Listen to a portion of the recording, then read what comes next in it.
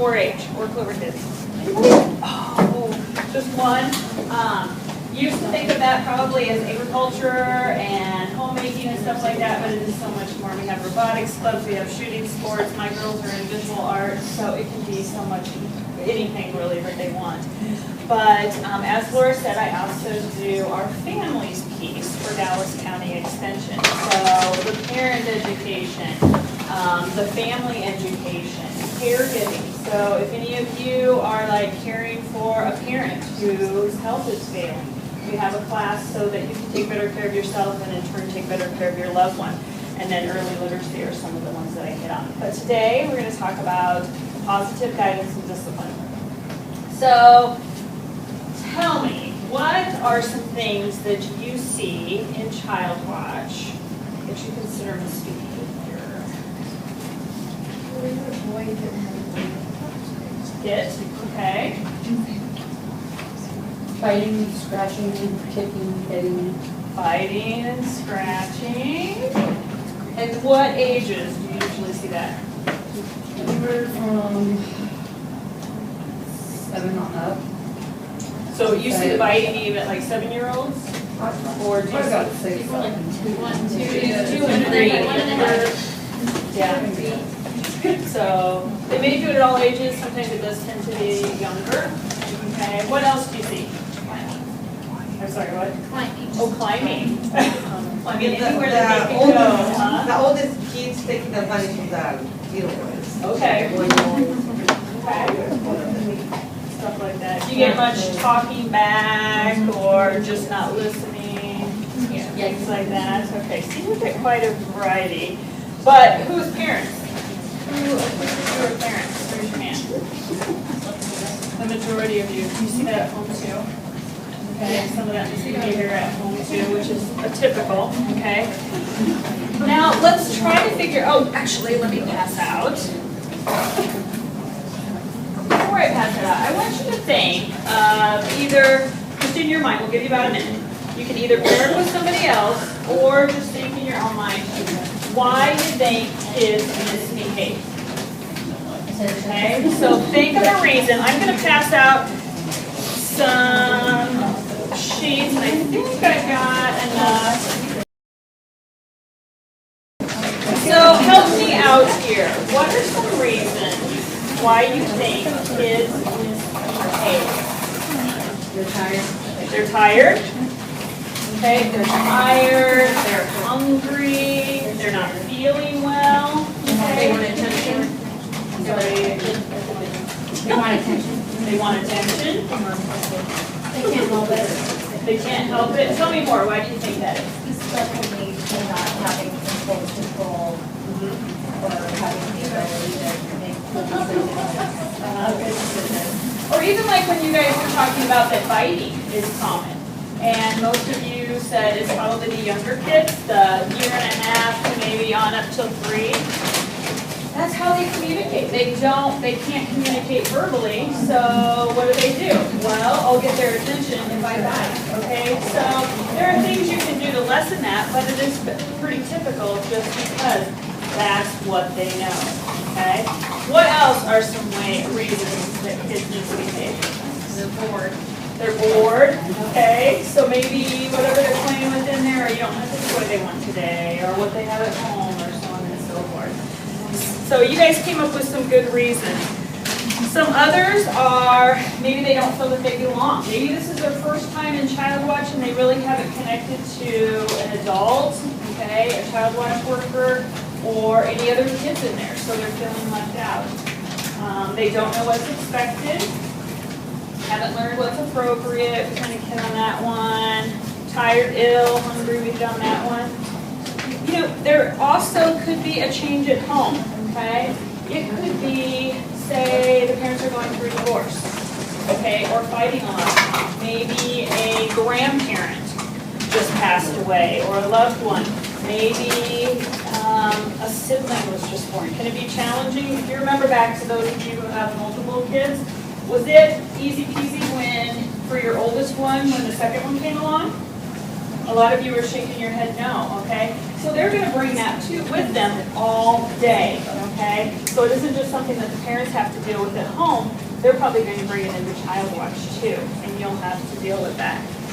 Overstimulated, frustrated, let's see, concerns or fears, moving, starting a new preschool, someone's sick. And let's be honest, do we have bad days? Who doesn't have a bad day from time to time? Anybody? Nobody. Okay, so we all. And sometimes do you bring that in with you? And can they sense that? Oh, yeah. Okay?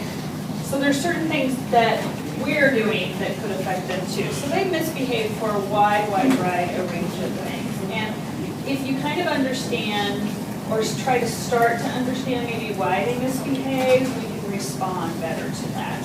Okay, so that's why kind of taking a step back and maybe looking at it from their perspective on, oh, what could be happening with this child? It's the same way as if you go into a store and the clerk is rude, okay?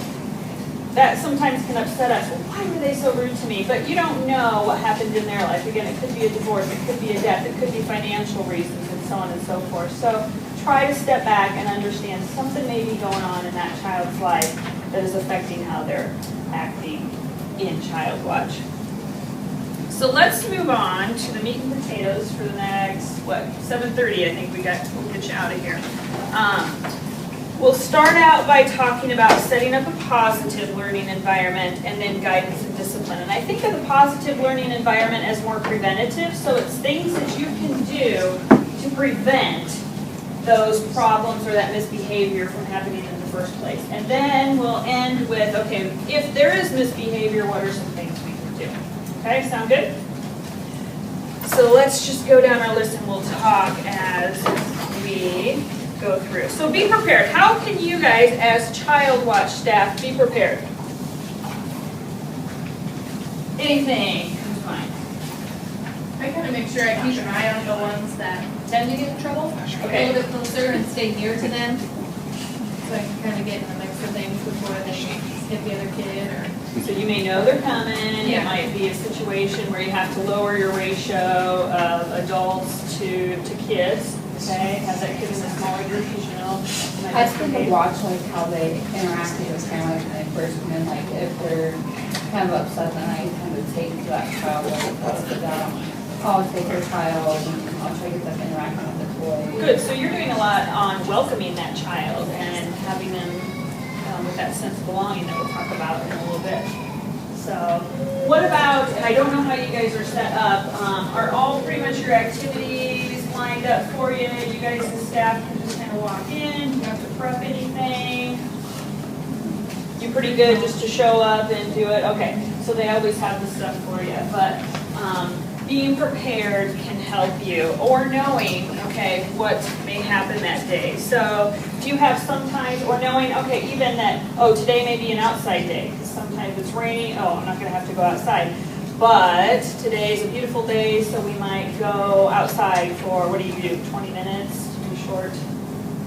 Or just however long? Longer. Just however long? Yeah, Okay. usually 9 to 11. Okay, so you'll actually take them outside for about the whole entire time. Okay. So knowing that, get yourself prepared, and then anything that you need to be in tune with that. What about simple rules and limits? Do you guys have rules that you convey to the kids? So say this is Johnny's first time in child watch, and he's a 4-year-old. Are there certain rules that you say to the kids or to the parents? No? Okay. Are there some that come to mind that might be just very simple rules for a preschool age kid or a toddler? Like be kind, okay? Treat the toys with respect, or treat others with respect, okay? Sometimes that. The thing about rules that are nice are, if you don't know, again, what the kid's situation is, so sometimes you can tell a little, I guess, from the interaction of the parent to the kid and how they respond. But a lot of times you've never been, you don't know this family personally, you've never been in their house, so you don't know how things work. You just have them for 2 hours, maybe a couple times a week. So with that, they may have a lot of rules at home, or they have never ever had any rules and it's just a free-for-all. So if you can give them a few simple rules, you're actually teaching them how to behave, okay, in the real world, right? Because the school have rules, your preschool have rules, okay? Almost everywhere you go, you have rules. You guys probably as staff have rules. They just went over a few of them, right?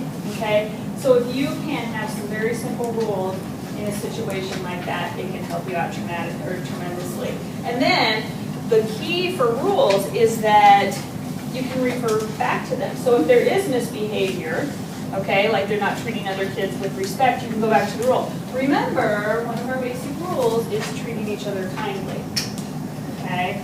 So I just throw that out there, rules, and it could just be like this many, okay? It could just be 5 simple rules to help the kids out and reduce the misbehavior. This one I love. What do you think I mean by 5-minute warning?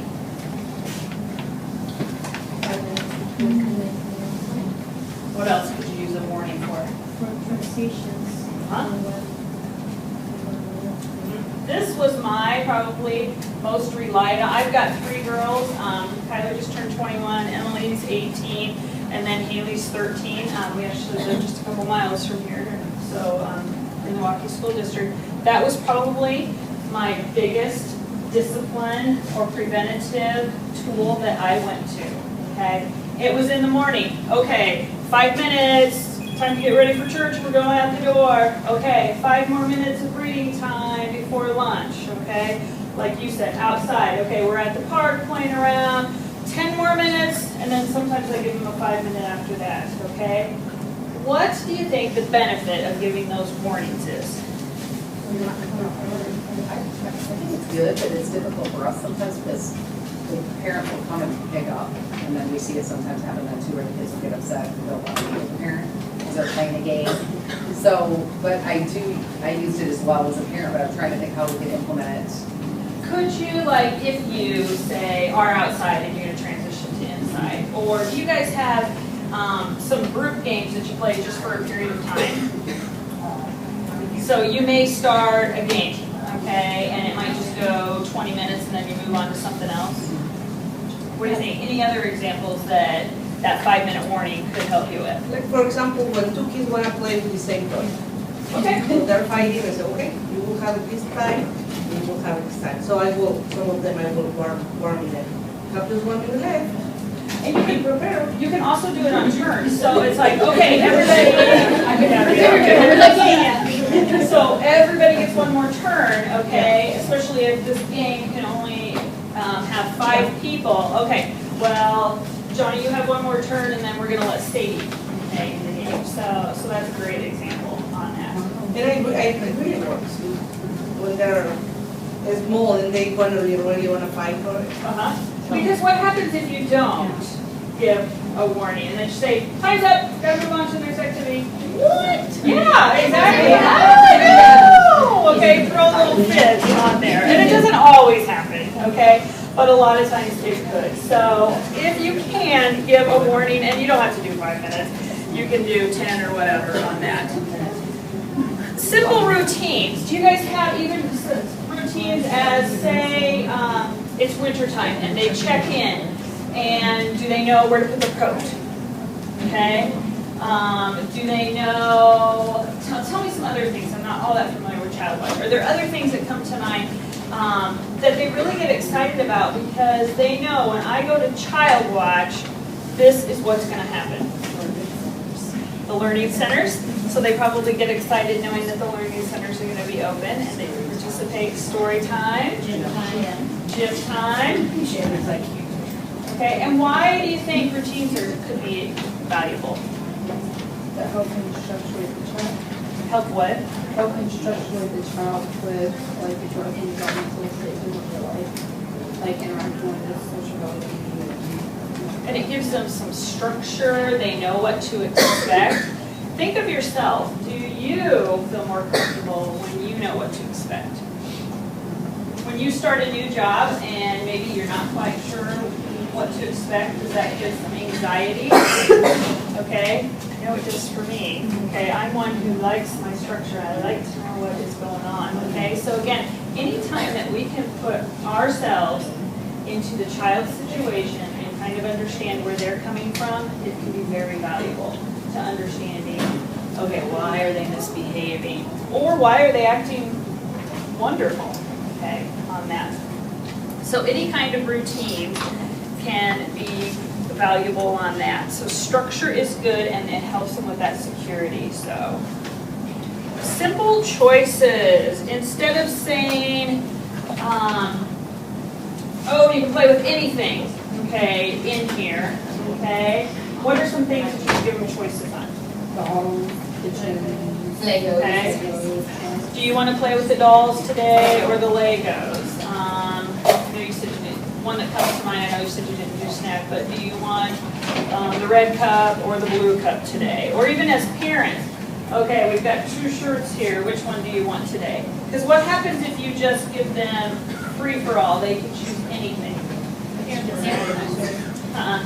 And do you get frustrated because it's taking 10 minutes to decide what to do as opposed to it taking 1 minute? Okay, so again, some things that we can do so that our frustration level doesn't escalate on there.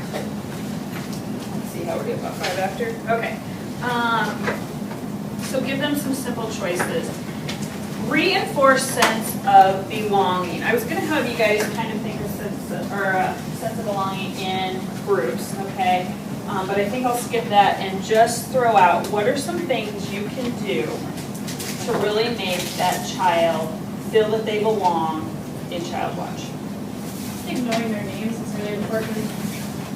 You got it. And you guys, it sounded like you always put their names on a sticker on their back, probably? And Okay. their parents are like, you know, they know my kid's name. I know that was comforting to me when I would drop my kids off and they'd say, oh, Nolan Delaney. You know, it's just, they're in good hands. Yep. And again, think of it, put yourself in those shoes too. When you meet somebody for a second or third time and they can address you by their name, like, hi, Joan, or hi, Paul, as opposed to, oh, hi. But they took the time, okay, to get to know you and get to know your name, okay, which can help tremendously with the sense of belonging. How else? Sitting down with another child, nothing, you got other child interact with them. So sitting down with the kids, okay, giving them some one-on-one attention if you can with your ratios. I was just gonna say, have a conversation. Have a conversation. Okay, say, hey, welcome, Charlie, great to see ya. What have you been doing the last couple of days, okay? What about how you position yourself? I'm sorry, what? Eye level. Yeah. So if you're talking to a little kid, bend yourself down. Some of them, that my age, it doesn't work all that well anymore, but bend yourself down. Get to their eye level, okay? Say, hey, how are you doing? What do you want to play with today? Or should we do we'll go back to the 2 choices. Should we do what was it, Legos or the dolls today? Okay? So get down at their level, really make them feel welcome. Some other things that can help with their sense of belonging, and again, the more you can do this, the more those discipline problems aren't going to happen in the road. And let me see. So call them by name, greet them warmly. Help them get to know each other too. Hey, I'd like to introduce you to a new friend over here. Johnny, here's Kate, okay? Would you guys like to be partners today? Something like that. Listen to the child, get on their level, avoid distractions, maintain eye contact, and just smile. Can you, just having a smile on your face can make such a difference because the kids are learning so much from you. They take your cues, okay? And they can see if you're having a good day or you're having a bad day, and then that reflects on them too, okay? So even just smiling can make a huge difference on that. All right, setting a good example. And this is for you guys, setting a good example. What are some ideas you have? Smiling, being welcome. Greet one another by name. greeting them by name. What about if there is a disagreement, or maybe you make a mistake? So maybe you did something that upset the child, and it was your fault or your issue. What could you do? Own up to it. Say you're sorry. Okay. They learn so much from you as the parent, or from the parents, from the child watch providers, and again, they've got their eyes on you the whole entire 2 hours that they're in there and learning from you. So set a good example in how you relate to others. Even like the phone situation, put your phone up, okay? Because they're learning a lot from you, okay, with following rules and stuff like that. So set a good example so the child knows. When they're born, you pretty much from birth on, you as a parent or a caring adult need to teach them every little thing, okay? And if you don't, okay, that's where some paths go haywire. So every little thing you do is teaching that child something. So setting a good example. And how you act, how you talk, how you relate to them can be so beneficial. And then the last one I have under setting up a positive learning environment is encouragement. So what are some things you could do to encourage the kid? And this is, think of it as encourage them to continue doing things they're supposed to, okay, or acting properly in Child Watch. So you guys probably have some examples that maybe you've just done in the last week at Child Watch. Can you think of any? Or whichever you were. One little boy, when he would come in, he got in trouble a lot. Well, he gets in trouble a lot.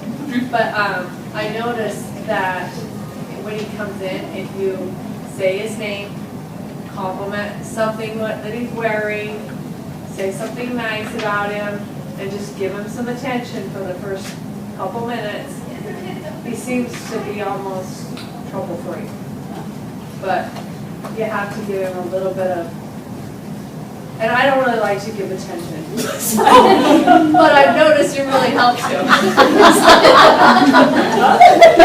So you learn, and again, like you said, it doesn't have to be long term. It could just be like a couple minutes, and that can make such a difference in the life of that child and in how they act in Child Watch. I had, we do the Strengthening Families program, and I was helping last semester. I was floating doing the child care that we provide on that, and there was a little kid that I was talking to the child care providers the week before, and they said, oh, he's just acting up, you know, he doesn't listen to us, and blah, blah, blah.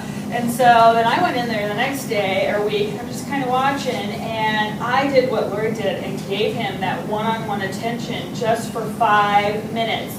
And man, that was enough. Like you said, it was enough so that he felt that sense of belonging, and hey, you know what? I don't have to act out to get attention, because if they're not getting positive attention, how are they going to get attention? Exactly. Okay, so they're going to get it somehow. So great example on, again, just giving them some encouragement, touching base with them, seeing how they're doing. And the encouragement is, I encourage you to be specific on the encouragement instead of just an overall, hey, you're a great kid, or wonderful art project. It could be, hey, I like the way you shared with Johnny today, or if they do have an art project, love the use of the purple and the brown on that, okay? You should be proud. Or I have a niece who's 5, and Vivi loves art. And she does even from when she was like 2.5, she did wonderful circles. So instead of just saying a blanket, hey, great drawing there, you know, you should be proud of the way your circles have developed over time, or you're doing wonderful circles on there. So the more specific you can be on praise and encouragement, the better. And again, think of it, if they know what they're doing right, chances are they're going to continue. Same way as if you, depending on positions, this Child Watch or positions you've had in the past, if somebody tells you what you're doing right, you're more apt to continue it. Is that right? Okay. And then if they don't tell you anything, don't give you any feedback, you know, the mind can go wild. You could still continue with the things that are doing right, but then sometimes we tend to get those negative, oh, I guess I'm not doing anything right, so again, I'm going to act out so I get that attention somehow. Okay, so encouragement is so important. So for the last 15, we're going to drop down to the bottom, the guidance and discipline teaching tools. And these are the ones more if, say, something, they do act out, which is going to happen. And like somebody said, you probably know the kids that are more apt to act out, okay?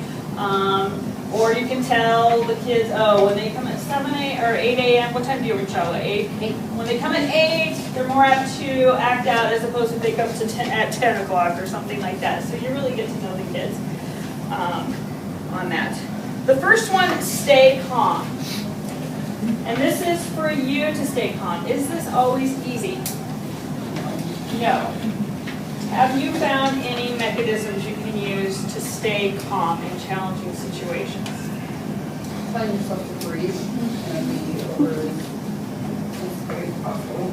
So you might just need a little cooling off period? I give myself, like, if I can't stay calm, I'll give myself 5 seconds. What else? You guys obviously have multiple people probably in child watch at one time. What can you do if you do feel yourself escalating? Pass it on. Get somebody up. Hey, I need you over here. Help me out, okay? I'm getting a little frustrated. I need a break. Why don't you take over? So that is always a thing. Because what happens, again, in relationships, be it children, coworkers, siblings, parents, anything, what happens if you don't stay calm? And do you make much progress? Okay, so if you stay calm, you're going to make a lot more progress. So stay calm if something does happen. These next two are pretty simple. They work well for young kids. Distract would just be, say you got a 1-year-old who is maybe throwing blocks or something like that. You might just pick them up and move them to another activity. Redirect, think of this like, an example would be they are coloring. Okay, they're doing a fabulous job coloring, but they're doing it on the wall instead of on a sheet of paper, okay? So coloring is fabulous, and maybe they're making works of art, okay? But you need to direct it, and it's like, oh, you know, that we don't color, okay, on walls, but here, I do have this piece of paper that you can color on, okay? Do you guys ever get colors on walls? Yeah, or table, maybe more, okay. So, yeah, remember, we color on the paper, okay? And then what could you do if they did color on the wall? What could you have them do? Help clean it up, okay? So that, have them see the consequence for doing that. So it could be, again, getting, what are those, magic whatever you do, yes. The magic erasers or whatever, okay. We don't color on the wall, we color on a piece of paper, but I need you to help me. So when we do that, we have to clean up, okay? So that would kind of be an example of a redirect. Remove is more, the example I usually give, and some of these I will say are from my World Beginnings class that we've actually done here at the Y a few times, and it's for parents of 0 through 5. So the example I always give on remove is if it's an unsafe situation, this would be more so, say you're outside playing, and somebody keeps, you guys got swings out there? No? Okay, we'll say you do have a swing. So if you have a swing and somebody keeps, one of the little kids keeps walking in front of the swing, okay, you're going to have to remove them from that situation, okay? Or you guys were playing the parking lot or anything like that, so, but at home, okay, with parents, you might have a situation where you're out front, your driveway goes down and they keep rolling into the street. Unsafe, okay, you don't want them to experience the natural consequences of, well, if they roll into the street, they get hit by a car, okay? You don't want that to happen, so you're going to have to remove them from the situation. So, this one is another great one. Do's instead of don'ts. And this is the way you communicate with the kids. Give me some examples, and I have a cheat sheet if we can't think of any. Give me some examples of when you're communicating with the kids, showing them or telling them about proper behavior. What's a way to do it in a do as opposed to a don't? You could say, use your walking feet instead of run, little Johnny. So use your walking feet as opposed to don't run. Right. Okay? Teach them about like sharing, say their friend number 20 and say, hey guys, this is how we share it. It's not that we, treat our friends with disrespect or like whatever, however old it is, or you get down to level and you kind of say share. And you try to teach them what sharing is without being harsh to them or anything. And that's a good point because they don't automatically know how to share, do they? Okay, or to take turns or anything like that. So you, along with their parents or any other caring people in their lives, are teaching them those skills. And again, it's as opposed to don't fight, it's here, let's share and this is how we do it, or take turns. Some other examples would be, let's see, I want you to sit on the chair as opposed to don't stand on the chair. Keep the sand down in the box as opposed to don't throw sand. And sometimes if we use the don't, what happens with our voice? I know it happens with me. I take a negative tone, don't I? And it's the accusing. So you're putting the child on the defense. We do it with our spouses too. Poor Mark, I do it with him sometimes. Okay, don't take that tone with it because again, you're losing ground. The conversation isn't going to go anywhere. So here's an example a parent could use. You need to sit down and wear your seatbelt in the car because if I stop suddenly, you may bump your head. As opposed to don't stand on the seat. If I just say don't stand on the seat, what do you think's going through this kid's mind? Why? And it's only Why? Exactly. why can't I stand on that seat? Okay, especially the young ones do. Why? Okay, so again, it gets back to you are teaching that kid how to act. Okay, how to act properly in their home, in the world, in a structured situation like this.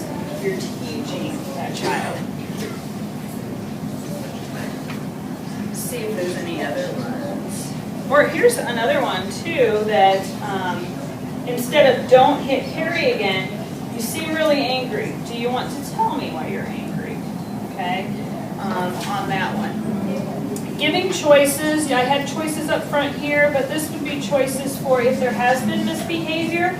Okay, you know what, if you, example that comes to mind is if you need, say you were outside and they need to wash their hands before coming inside, okay? Well, and you're gonna have snack, which actually you guys don't do snack, do you? But say, well, we need to wash our hands before snack. If you don't wash your hands,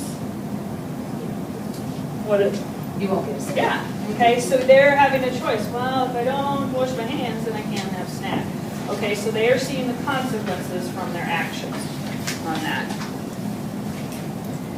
Alone and calming down period. Some people think of this as timeout. I like to say kind of alone and calming down period, and it could be for you, okay, or it could be for the child. So do you guys, what do you do if they do need to calm down? Downstairs, or we just kind of walk with them and they're upset sometimes depending on how upset they are. So you may just leave them over there in a safe place, they're not gonna hurt anybody else, or, okay. So, and sometimes, okay, then tell me this, so then after they do calm down, say it took like 5 minutes to calm down, then what do you do? Then we'll go up and interact with them, or try to. Okay, what else could you do? So say they misbehaved, they were fighting over some toys, it was Johnny and Charlie.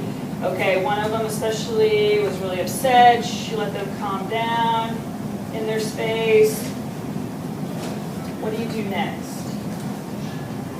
I'm gonna try to reconcile with the other child. Was that a good choice or was that a bad choice? Okay. Let's go apologize to Sally if we hurt her. So the thing that's often missed on what people call the typical timeout is that you just leave them over there for the 5 minutes. If 5 minutes is up or whatever, or they've calmed down, you don't have a discussion with them. And that's such a thing you don't want to miss because that's the learning experience right there for the kid when you have that conversation. Okay, why do you think Johnny was upset when you took that toy from him? Okay, how do you think he felt? Okay, what can you do next time so that that doesn't happen again? So don't just let them calm down and not talk about it. Use that time as a learning experience. And that kind of goes into this active listening, which is probably one of the key points, I would say, on the guidance and discipline. And think of the active listening as you're really trying to understand where that child is coming from and help them problem solve. So resort to this in numerous situations. And also it's talking with the child as opposed to at the child. The difference there is talking with the child, again, you're having a back and forth conversation and you're trying to understand their viewpoint and you're trying to also help them understand somebody else's viewpoint. If you just talk at them, an example of that would be, the home example comes into mind because I do a lot of parenting classes, but it's like, oh, time to get ready for bed, or pick up your toys, we gotta eat, okay? Are you expecting the child to converse back with you on that? No, you're just kind of telling them what to do, okay? But with the active listening, you're talking with the child and you're going back and forth. And again, it comes back to, all of this comes back to you are teaching the child how to act properly. You're the teacher, okay? You're not just the child watch staff. You're somebody that for 4 hours a week or 8 hours, whatever it may be, is making a difference in their lives, okay? So talk with the child, do that actively listening. Some other key points on that one, let me get to my thing so I don't miss anything, is this also covers like emotions and feelings. If you think about it, a 1-year-old, if you say, oh, you're so angry, okay, do they automatically know what angry is? They just know they're upset, and that's why they may lash out and bite somebody, okay, or something like that. So you have to be their teacher also on, oh, it sounds like, or you hear angry, okay, at this person. Yeah, I'm angry, or they'll say, what does angry mean, okay, or what does frustrated mean, or upset, maybe kind of the lower level, so they may understand what upset means. But again, you're helping them understand their feelings. And then the next step is figuring out a problem solving or a coping strategy with that, okay? So let me throw it out to you. So everybody gets angry, right, from time to time? Everybody gets frustrated from time to time. What are some coping mechanisms that you have found that are very beneficial to you to cope with that anger or frustration? Coloring, drawing. Drawing, which is singing, drawing and singing. What's probably one of the most popular ones for the people that you see here comes through? Why? Exercise, okay, working out, okay. What else? I love piano music, so I have CD, well, my youngest daughter plays piano, so I'll go, okay, we just play the piano for a while. But then I also have CDs or music that I'll just turn on because that's calming to me. And I'm also a journaler, so I will write my feelings out. I may throw it away or I may keep it in the actual journal, okay? But getting those feelings out. Any other coping mechanisms you guys can think of? Going for a walk, singing, art. And the thing is, what works for me may not work for somebody else, okay? But sometimes if you can diffuse the child enough by helping them find a coping mechanism that works for you, the better, okay? And have them try something, and if that doesn't work, then I have to try something else on that. So, because again, they don't understand their feelings, they just know that they're frustrated and about ready to explode, and you can help them with that. Let's see, what else? I think we got most of the coping mechanisms. I do have a question. So what is the proper way, because this has been brought up, if a kid is misbehaving, okay, It's what? and if the child's misbehaving, how do you catch the child, or how do you put them in a safe place, or what is the proper way to do that? You know what, tell me this, because I know in our conversation with floor last week, you were talking about not touching the kids at all. Is that right? Yes. Okay. We're trying to figure out, because we have a lot of members watching, and they watch all the time. And if they come down and say, well, I saw your staff grabbing that child. They might have grabbed them, but Yeah. they're moving them. But what is the proper way? Because we've had complaints from members. So can you Yes. even have, so say you need to get this child over here, can you even just, hey, take my hand and walk them over? Well, that's Is what that- that's what I'm asking. Is that you. okay for you guys? That's what we're asking. Because I will say, the organization has to come up with their own, okay? It isn't the grabbing or something like that, but if you can do it calmly and the hands, okay, are a good way to do it. So if you can, but if, I talked with Joelle, and she told us that you cannot grab that child. yeah, You have to just kind of, okay, let's go this way. You cannot pick the child up unless they're going to hurt themselves or move away. or they're not mobile themselves. Yeah. Exactly. That's what we're trying to find out. Uh-huh. That's what I want to know, because a lot of times if you try to direct them to a timeout, they're going to limp and they just lay on the ground. It's like, Yes. Do I just leave them there? Or Well, do can, I okay, just- can you, does it cost, so sometimes you probably can, if they're safe right there, okay, and you can move, say it's a big group, you can leave that child there and then move the other 3 kids over somewhere else, you might have to do that, because it probably could cause more problems if you are trying, some will, okay, go over there. Yes. But some probably will throw a big fit and throw in the arms and feet, wherever, so on and so forth. So, but yeah, you can't really grab them, and unless they're mobile, you're not supposed to really pick them, or not mobile, pick them up, so. I think what becomes the issue though is sometimes if someone's upset and they start flailing. Yes. And several people have tried to kind of, it's always ultimately that second when a parent walks in and no one's looking at that child because they decided to escape. You know what I'm saying? It's always ultimately Yes. that second where a parent walks up to the desk and then there's this kid like freaking out and no one's, everyone has stepped away because up until then it's been 15 minutes of trying to like move them or calm them down and some of them don't want to be touched. Then you're like, okay. So you probably have those somebody within range of that kid. Yeah, maybe that, So you know, you're just kind of off still, to the you're still side. keeping them safe, and I'm gonna throw this out there, because you who are parents, I'm at a point in my life with my youngest being 13, that I can walk into a store and see another parent with a child throwing a tantrum, and I just say, hey, I'm with you, I know exactly where you're coming from, okay? And I hope that the parents will understand that, you know what, sometimes the kids in child watch are gonna misbehave and it wasn't something you can do, or that you did, I mean, okay? But is that tough on you? Yes. I mean, it's like, mentally, it's tough on you, isn't it? Because you're like, oh, I hate to, and the parents in the stores of little ones, they are panicking and they're frustrated, okay? But sometimes you don't have all that much control over it. If you can move them to a safe place just by leading them as opposed to dragging, you don't want to drag them or grab them. But you might have to kind of disperse, give them a couple of minutes, try to talk calmly to them, you know, Johnny, how you doing, da-da-da-da. And just make sure that they're safe, so if there's any chairs or something, if they are flailing around, move it so that they're safe. Sometimes you have kids right at the entrance of our little gate. And Yeah. so parents then, I mean, you do have to kind of move them because then parents will have to step over them. And then they're Oh, standing okay. there, and so it becomes an issue of So they're blocked. no one can get in, right? And then you're like, and they're on cement, and they don't want to be touched, and they're just kind of, you know, and then so you're, you know, I mean, it's sometimes just That's what picking I up would and, Yeah. I mean, So you can move them that. I would keep them just over a little if you can. Can't drag them. or- Get direct. You just say, okay, you're good over here. Hey, let's go over here, and you know, they may be screaming, they're not gonna hear Yes. anything you say, but do what you can, okay? You guys, you have your heart in it, okay?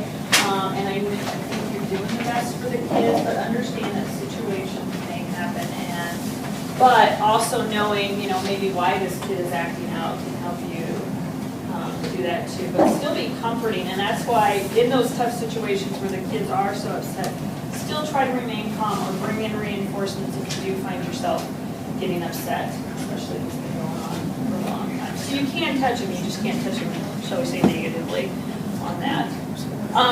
And the last thing on here, it looks like we're out of time. Natural and logical consequences. Natural is something that just happens because of what they did, so they experienced it. An example would be if Sally doesn't eat her supper, what's going to happen? She's going to be hungry because she has to wait until snack time, which is 2 hours down the road. That's a natural, it'll happen automatically. A logical consequences is when safety is involved and you can't allow, again, the playing in the street example, where you can't allow that to happen. So, okay, well, if you going in the street, we have to go inside or play in the backyard or something like that, okay?